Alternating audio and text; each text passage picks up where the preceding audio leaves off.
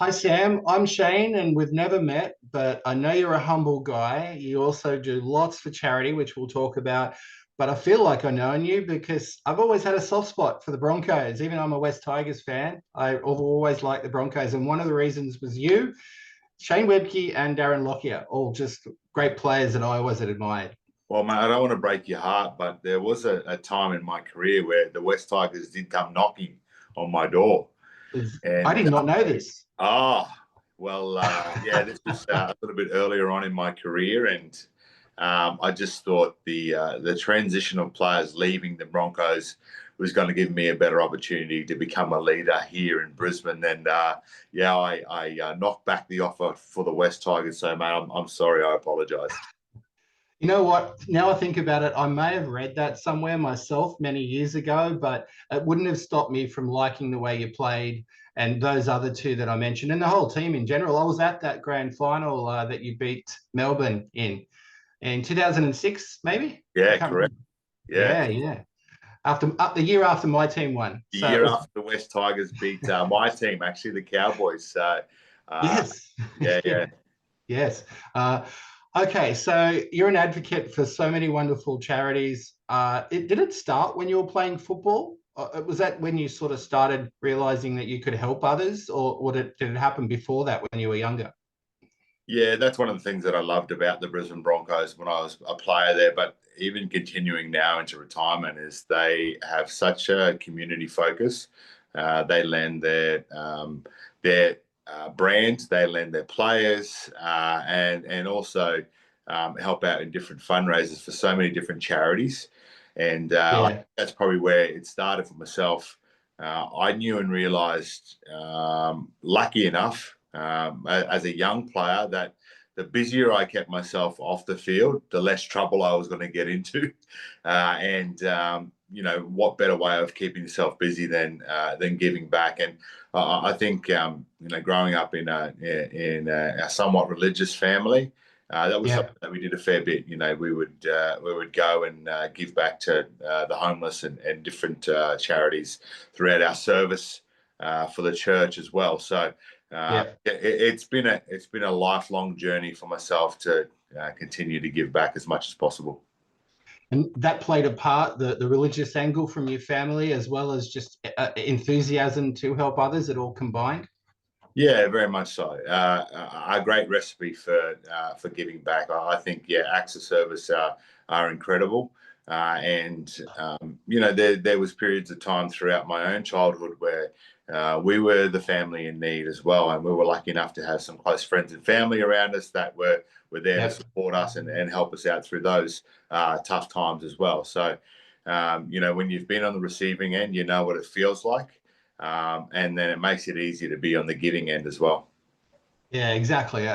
You seem to be the right man for the job because you don't let up. You're ambassador for the Leukemia Foundation, among others. But how do people approach you, or are they sort of a group that you wanted to help and assist? Have you had any connection to them in the past? There's definitely been a lot of charities that I've done work for in the past Mm. and still do to this day that have a great meaning to myself and have a bit of a connection. But the Leukemia Foundation one was super organic, just helping out through Channel 9. We did a Today Show cross in 2024 Yep. where we shaved a few people's heads and also coloured some people's hair as well. And I pretty much walked away from that experience somewhat filthy at myself that all I did was color my hair. And I thought that in 2025 I would, bite the bullet and really help out. And I did the double hog this year. I coloured my hair, but I didn't just get the stuff in the tin. I actually coloured it, and then I shaved it afterward as well. So hopefully from what I did and a little bit of the exposure that I gave the Leukemia Foundation, hopefully it helped raise a little bit more money because I saw the facility that they have. And Yeah. I've heard some of the stories about what they do to help out, and they're a fantastic organisation. That's a big effort in itself, Sam, with your heritage and the way your hair is, the color of your hair, to tint it or color it. That's a big job. Yeah, very much so. Very, very dark hair, and I didn't want it to go that copper orange as well. But yeah, it looked pretty cool. I had some good feedback. I had some bad feedback. But yeah, it was a fantastic experience, and the Leukaemia Foundation looked after a lot of that stuff. Yeah. And Yeah. I'm glad that I was there and able to give them some good exposure. Uh, it might be a hard one to answer, and it's sort of a generic question as well, in a way, I guess. But how do you feel when you meet these children and these people and the families that are suffering? And you know how lucky you are, but you're helping them. Like, you're humble already. How does it bring you down to earth? Like, how do you feel when you talk to them? Oh, you just listen to them first and foremost because they've got some remarkable and unique stories, Yeah, and they, not that you are a therapist, but sometimes they just want to unload and they just want to tell you about what's yeah, going on, and then my way of try to ease it a little bit is I talk footy, I talk sport, yeah, I try to throw a little bit of humour in there as much as possible. And yeah, you're just there for them at the end of the day, and that's all they want. They want people to know what they're going through. They want to know that they're heard. They want to know that they've been seen. And then it's incredible and remarkable to hear the stories. And yeah, touch wood. I've been very, very lucky. mm, I've got two young, healthy daughters. I haven't had a lot of illness in my family. So, good, you kind of you count your lucky stars, yeah. but you also know and understand that this stuff can happen to anyone at any time. So you just have to live in the moment as much as possible, and smile, be happy, and laugh. Yeah, well, there's definitely a lighter side to you. You're pretty good at telling jokes and being laid back, a little bit like myself, although I'm not very good at jokes. I'm no comedian. Yeah, I don't envy comedians at all. It's a tough job that, but yeah, I try to as much as I can lighten the mood. And I've done a lot of work with the Starlight Foundation as well. And you Yeah, go into the Starlight room, and the beautiful thing about the Starlight room is everyone leaves their baggage, their diagnosis, all those things at the door. And when they yeah, enter that space, it's about enjoying themselves and having fun. yeah, And that's where I love to be. I love to be in that place where I can shine and have fun and really enjoy myself. But again, a lot of these people that I do get to meet either at the Ronald McDonald House, just yeah, recently at the Leukaemia Foundation accommodation as well. yeah, People are country and rural people that need these places to stay, to go through the treatment they're going through.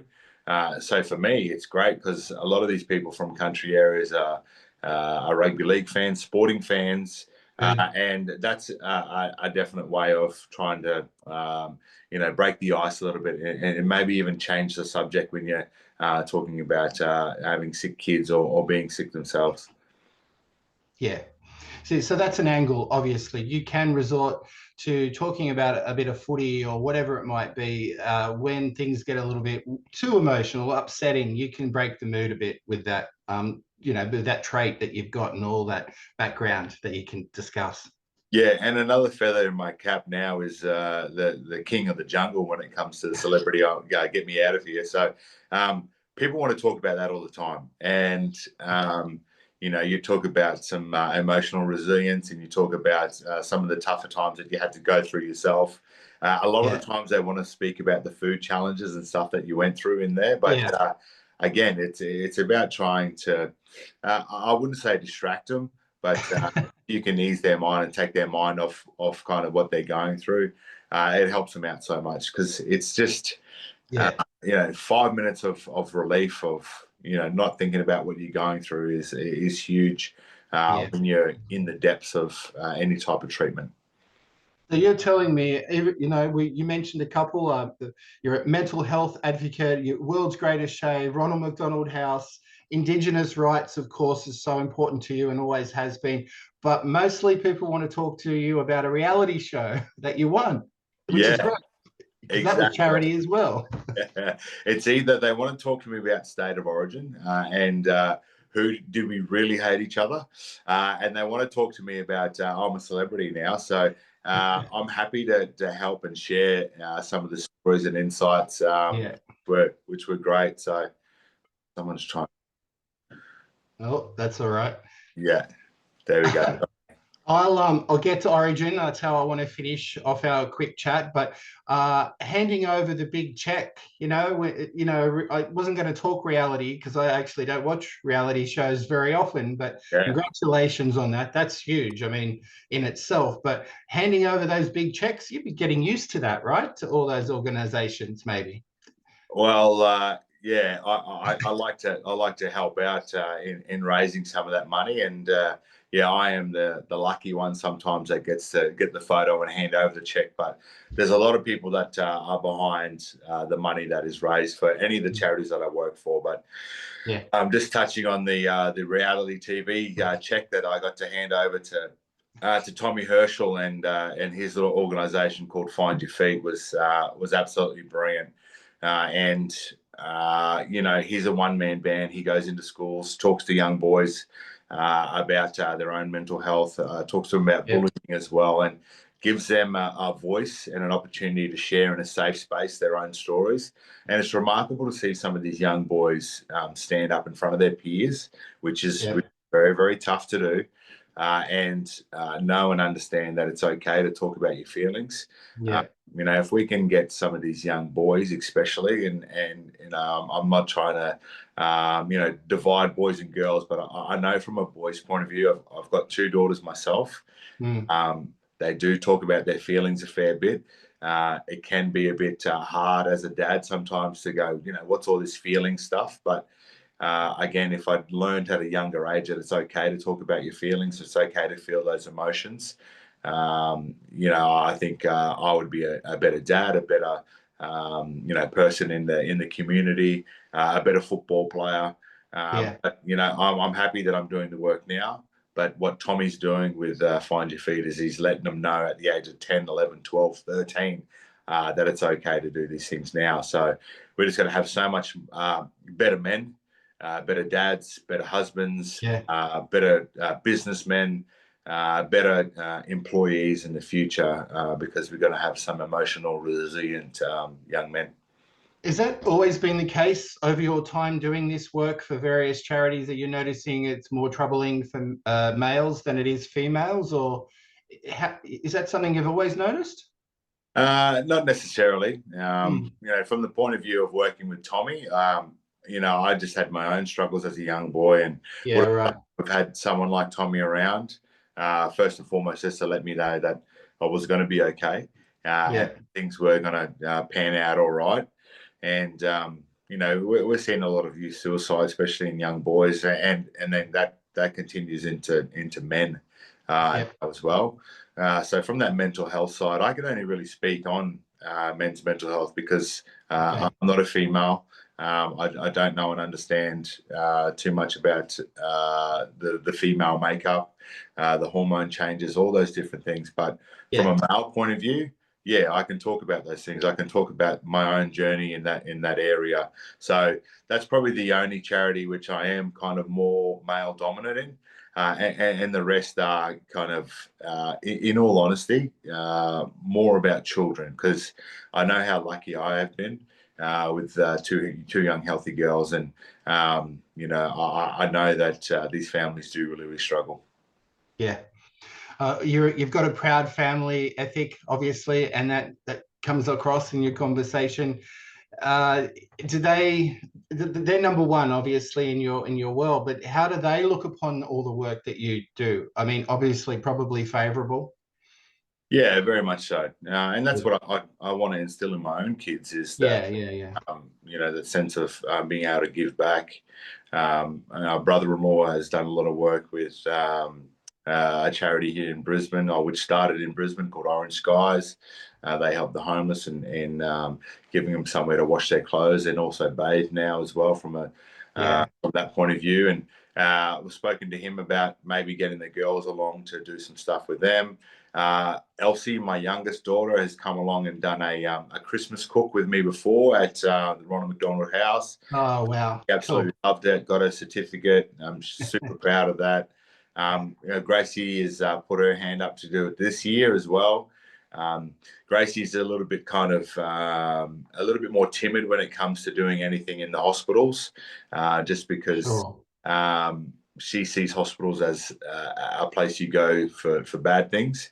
Of course. I took them both along to the Starlight Christmas party last year, and they had a ball. And they both found little friends that were in the hospital, and they kind of went around and did some stuff in the Starlight room with them. So I try to take them to as many charity opportunities as possible, just to show them that, and also just to create a little bit of humility in them, and a lot of gratitude as well. We are super lucky. We get to have a meal every night. We get to have a roof over our head. We get to have our health, and if we can help those that don't have those things in their life at the moment, it kind of really grounds you, and really makes you respect and honor what you do have. Well, it's easy to forget, because sometimes you just do, you're in your own world, but it's a short life as well. But it can be a shorter life for these people that you're trying to help. So it's even harder, to connect at times, but it's wonderful what you do. Yeah. I had a really in-depth conversation with both girls the other day, and it happened really organically. But it was the conversation around what a privilege. My daughter was complaining about having a sore hip from dance, and I said, "What a privilege that is." And she goes, "What do you mean, Dad?" I said, "Well, there are a lot of people out there, and a lot of young girls or young boys that don't get the opportunity to go to a really, really nice school that has an affiliation with Queensland Ballet. And here you are, and you have the privilege of having a sore hip from all the work that you've done."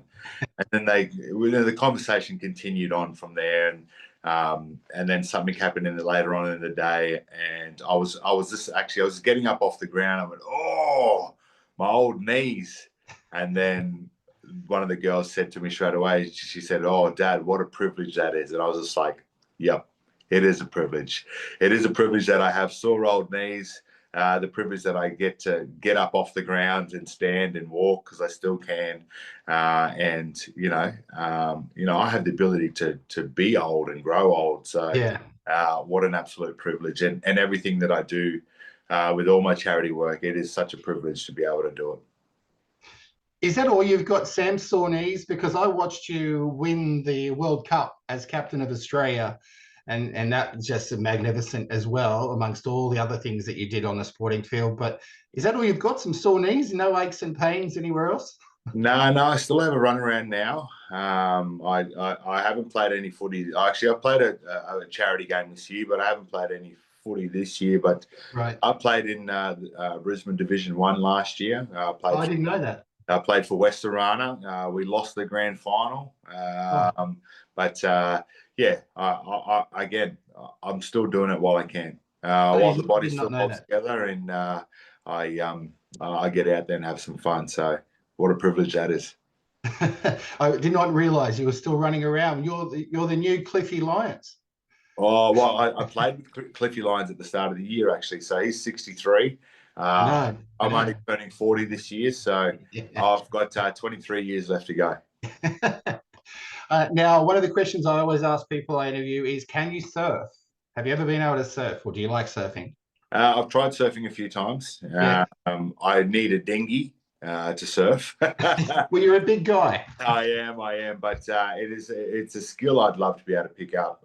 Funny enough, my wife and I, we own a house on the Sunshine Coast, and we are literally a footpath away from the beach, and it's one of the better surfing beaches on the Sunshine Coast as well. So I guess if we move up there one day in retirement, I'll chance an opportunity to learn how to surf, and hopefully I can pick that skill up before I wave goodbye to this earth. Well, I'm on Terrigal on the Central Coast, New South Wales, Oh, and beautiful. yeah, so I can understand how you appreciate how close you are to the ocean, like I did. Yeah. Yeah, no, something really grounding for myself as a Torres Strait man. The beach and the ocean is somewhere where I Yeah. love to go just to disconnect. You mentioned Torres being a Torres Strait man, and I know how your heritage and everything means so much to you. I've heard you speak about it.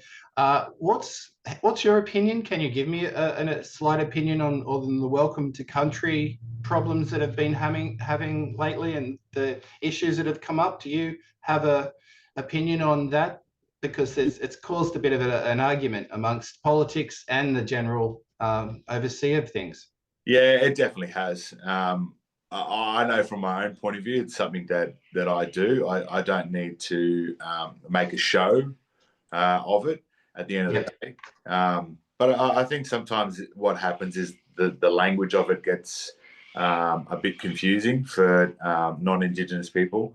yeah, We're not trying to welcome people to Australia as the country. What we're trying to do is the country in which you stand on. Because if you ever had a look at the Australian Indigenous map, there's many different tribes. There's many different, as we like to call it, country. yeah, yeah, And that's all we're trying to do. We're trying to pay respect from an energetic level to the elders that have walked this land before us. And we're trying to make sure that we can continue to walk on these paths going forward yeah, for many, many years to come. And, even back to my football days, it was something I used to do. And someone asked me about it one day, and I'd been doing it for years prior to this point. But I would okay, I would run out into the field. I would then rub both my hands onto the earth, onto the dirt. I would yeah, put my hands together, and I would acknowledge the people of the earth, of the land, of where I was, and where I was playing. I'd let them know in my own mind that I was no threat, and then I would then ask them for safe passage through this game and a bit of help and guidance yeah. to get through the game. I played for 16 seasons. I had 3 surgeries, so maybe it worked. Yeah. Well, you had a comeback as well at some sort because didn't you have like a really bad injury and then you ended up coming back after a while, a long break? I did have I got a metal plate in my face. Yeah. That happened over in England actually. So, Yeah. but yeah, I did come back after that and yeah, Yeah. finished off my career. But to think that I went through a career pretty unscathed, and this was something that I was doing before most games. Uh, Yeah. as my dad or family would say, you make you smell where you are. Yeah. So the ancestors know that you're there, and they're not gonna, punish you for being there. So, I made sure I did that. And if you want to look at it from an energetic point of view, the proof's in the pudding. I Yeah. played over 304 games for the Broncos. I played 32 for Australia, 29 for Queensland. Yeah. Prime Minister's 13. I played 3 times, and Indigenous All Stars twice. So over 350 professional games over 16 years, fairly injury free. So, maybe what I was doing from the, acknowledging the country that I was on, maybe Yeah. it did work. Did you ever throw the grass in the air like Adam Reynolds does to check the wind? No, no. So I would literally, yeah, all I would do is, yeah, rub my hands on the grass, rub my hands together, rub Yeah. it underneath my armpits, and then rub my hands back on the grass again. So, yeah. Well, to wrap it up, I'm going to ask you the question you probably expected. Origins coming up. Me being a strong Blues man, I hope we've got another winning ways about us with a new coach and everything. How do you think your team will go? And any sort of maybe underdogs that might get picked? Any smokies that haven't already been in the team might debut? Yeah, really unsure actually. So I'll definitely put my Queensland hat on now and say that they will be a lot better this year.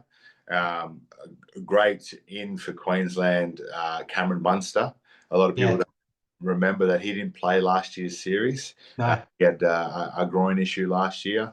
So huge inclusion, and he's playing some brilliant footy at the moment for the Melbourne Storm. Yeah. And Big Tino Fa'asuamaleaui as well Oh, yeah. from the Titans. So I think we really missed a bit of punch last year through the middle of the field, the Queensland boys. Yeah. And I think that's where New South Wales were able to kind of dominate us a little bit. Yeah. Great inclusions for the Queensland team. I'm unsure if there's going to be any smokies. The Queensland team's pretty settled with those couple of inclusions. Billy will want to get into camp and change some things. But, I think there's a lot of pressure on Laurie leading into this after a successful New South Wales squad last year, coached by the Broncos coach, Madge Guai. True. I think that he's going to have to be really strategic with his squad that he picks. Yeah. He's going to have have the ability to pick and stick. And I hope the nightmares and the scars of the past when Laurie coached New South Wales against our dominant Queensland squad for such a long period of time, I hope he's got over those things. But, Laurie's stayed in touch with our game. He was doing a lot of stuff with the Indigenous All Stars for many, many years as well. So still got a good coach's head on him. But it's going to be a cracking series. So can't wait. Queensland at Suncorp, game 2 over in Perth at Optus Stadium over there, and game 3 in Sydney. So from a Queenslander's point of view, we need to break our hoodoo over in Western Australia because we have been absolutely woeful over there. I remember. We need to make sure that we use the home ground advantage in the first game and win that one. The neutral ground is always a 50-50. So we need to hope that we've sealed it in 2, because going to Sydney to try to clinch a series is going to be tough. Yeah, I think Billy will have a different attitude in the squad and everything, like you said, unfortunately for us. I think Laurie's up for it, and he has changed his ways. And from hearing him, he's focused and he's going to be very articulate who he picks. So yet again, we say it every year, but can't wait for the series to kick off. Yeah.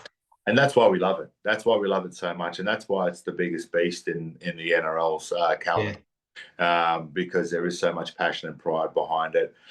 Even going back to when I played and we were so dominant, the passion was still there, the hatred was still there, and I laugh when people come up to me and go, "Oh, you're not going to like me. I'm a New South Wales fan." But I do like New South Wales fans, because if there's no passionate New South Wales fans, if there's no passionate Queensland fans, State of Origin doesn't exist. So, bring on the passion and pride, and bring on Origin.